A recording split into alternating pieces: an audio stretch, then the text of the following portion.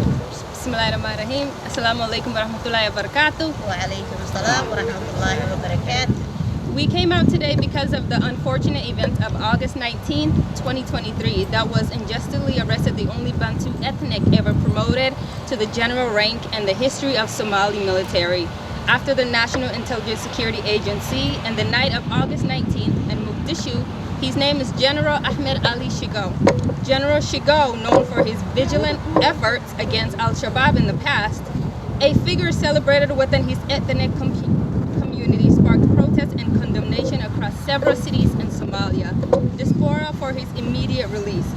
Hundreds of protesters were arrested across the capital after they demanded for his release. Therefore, the Somali government is spilling up a fabricated charges against the general intended to cover up the reality of the event in his house that is politically motivated.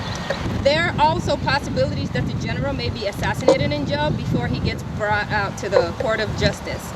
There are many reports directly coming from the Somalis, journalists, syndicates, and the former president Sharif Sheikh Ahmed in Mogadishu that the National Intelligence Security Agency has started ethnic profiling directed towards Jarirwenye, ethnic Bantu community in the capital, particularly those speak up against the injustice practice of the police and the security forces and the critic to the government.